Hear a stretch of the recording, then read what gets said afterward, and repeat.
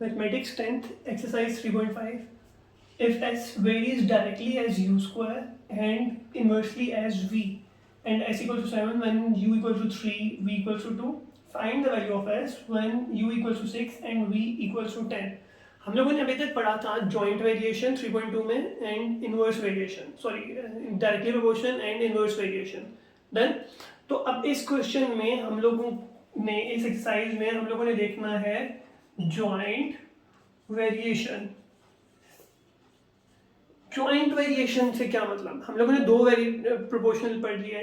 हम लोगों ने वेरिएशंस पढ़ी, एक पढ़ी डायरेक्ट वेरिएशंस, डायरेक्टली प्रोपोर्शन जो हम लोग बोलते थे, इनवर्स वेरिएशन जो हम लोग इनवर्सली प्रोपोर्शन बोलते थे. अब अगर डायरेक्टली एंड इनवर्सली वेरिएशंस दोनों इकट्ठी आ जाए, मतलब डायरेक्टली प्रोपोर्शन आ जाए और इनवर्सली प्रोपोर्शन आ जाए एक ही इक्वेशन में, तो हम लोग उसको बोलेंगे joint variation. For an example हम लोग बोलते हैं, लेट्स सपोज हम लोग कह लेते हैं कि ए डायरेक्टली प्रोपोर्शन है बी के और ए इनवर्सली प्रोपोर्शन है सी के. तो अब ये डायरेक्टली प्रोपोर्शन फर्स्ट इक्वेशन बन गई, सेकेंड इक्वेशन बन गई. इनवर्सली प्रोपोर्शन अगर इन दोनों को मैं ज्वाइन कर दूं तो वो बनेगा ए प्रोपोर्शनल है बी ओवर सी के. तो ये जॉइंट वेरिएशन बन जाएगी. The combination of direct and inverse variations is called joint variation. Then जरूरी नहीं कि एक ही वेरिएबल हो, यहाँ पे दो वेरिएबल्स भी हो सकते हैं. जैसे आप लोगों ने मैथ में 9th में पढ़ा था, एफ प्रोपोर्शन है, लॉ ग्रेविटेशन पढ़ा था. क्या था? एफ प्रोपोर्शन है m1 m2 के, एफ प्रोपोर्शन है 1 ओवर डी स्क्वायर के, एफ प्रोपोर्शन होता है m1 m2 over D square. तो इसका मतलब क्या था कि वो वन वेरिएबल भी आ सकता है जिस तरह हम लोगों ने ये किया, वो टू वेरिएबल्स में भी कन्वर्ट हो सकता है. देन तो इसको हम लोग क्या बोलेंगे? Joint variation. सही है. तो अब क्वेश्चन देख लेते हैं हम लोग. क्वेश्चन में पहला पार्ट्स, इसको पहले पार्ट्स में कन्वर्ट कर लेते हैं. सबसे पहले देखते हैं first part, s varies directly as u square. तो सॉल्यूशन में हम लोग सबसे पहले लिख लेंगे, हम लोग ब्लैक से लिख लेते हैं. सही है. s varies directly as u square, तो इसका मतलब है s varies directly as u square. ठीक हो गया. फिर नेक्स्ट पार्ट है इनवर्सली एज v. तो s इनवर्सली एज v. तो इन दोनों वेरिएशन को इकट्ठा बना लेते हैं. तो ये बन जाएगा जॉइंट वेरिएशन बना लेते हैं. s प्रोपोर्शन आ जाएगा u square over v. Then फिर हम लोग प्रोपोर्शनल जब भी खत्म कर देते हैं तो क्या आ जाता है? प्रोपोर्शनल कांस्टेंट आ जाता था k. तो वो बना लेंगे. ये बन जाएगा s is equal to k u square over v. Then फिर नेक्स्ट स्टेप हमारा क्या होता था? k की वैल्यू फाइंड करनी. तो k की वैल्यू के लिए उन्होंने गिवन दिया हुआ है s equal to 7 where u equal to 2. तो s 7 है, u 3 है, v 2 है. तो इसमें हम लोग सब्स्टिट्यूट कर लेते हैं. तो ये बन जाएगा s equals to 7, u equals to 3 and v equals to 2.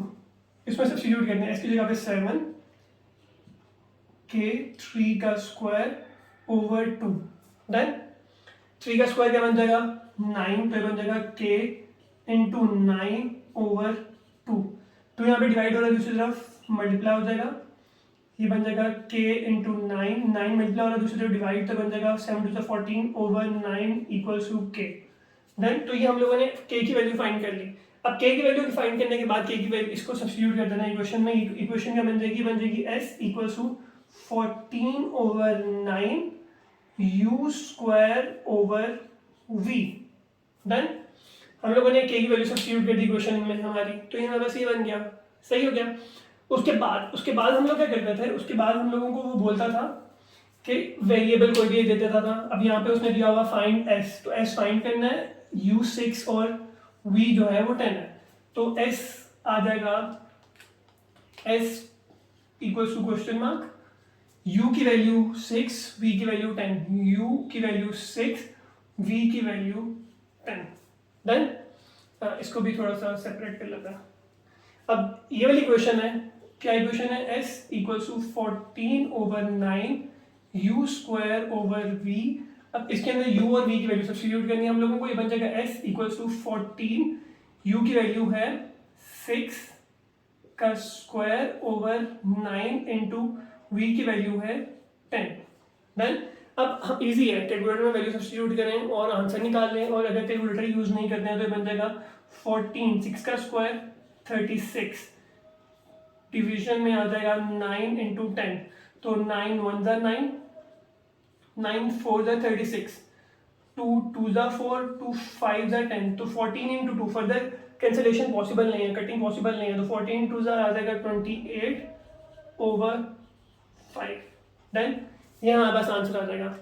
एक दफ़ा क्विक रिव्यू ले लेते हैं क्वेश्चन का। हम लोगों ने जॉइंट वेरिएशन पढ़ा कि अगर ए प्रोपोर्शन हो बी के, ए इनवर्सली प्रोपोर्शन हो सी के, अगर डायरेक्टली और इनवर्सली प्रोपोर्शन को इकट्ठा लिख देंगे तो वो बन जाएगा जॉइंट वेरिएशन। डन, उसके बाद क्वेश्चन में हम लोगों ने लिखा एस वेरीज डायरेक्टली था यू स्क्वायर, हम लोगों ने लिख दिया s varies directly as u square and inversely as v, s inversely as v, दोनों इक्वेशन को ज्वाइंट कर लिया। ज्वाइन करने के बाद प्रोपोर्शन खत्म हुआ, कांस्टेंट आ गया। एस की value 7 u3 v2, S 7 u3 v2 substitute किया इस इक्वेशन में, 3 का स्क्वायर 9 बन गया, 2 डिवाइड होता मल्टीप्लाई हो गया, मल्टीप्लाई 9 मल्टीप्लाई होता दूसरी तरफ डिवाइड हो गया, k की वैल्यू 14/9 आई। मैंने इस इक्वेशन में k की जगह पे 14/9 लिख के इक्वेशन बना दी। डन, उसके बाद find the value of s when u6 है और v10 है। हम लोगों ने s फाइंड करना है, u6 v10 है, हम लोगों ने वैल्यू सब्स्टिट्यूट की उसी इक्वेशन में जो भी हम लोगों ने फाइंड की है, इसी को एज इट इज लिखा, u की जगह पे 6 लिख लिया, p की जगह पे 10। अब यहाँ पे आप कटिंग भी कर सकते हैं जैसे हम लोगों ने कटिंग की, और आप कैलकुलेटर भी यूज कर सकते हैं। तो ये हमारे पास 28/5 किसका आंसर आ जाएगा, s का आंसर आ जाएगा, जो कि उसने मुझे फाइंड करने के लिए बोला। देन ये मेरा आंसर आ गया।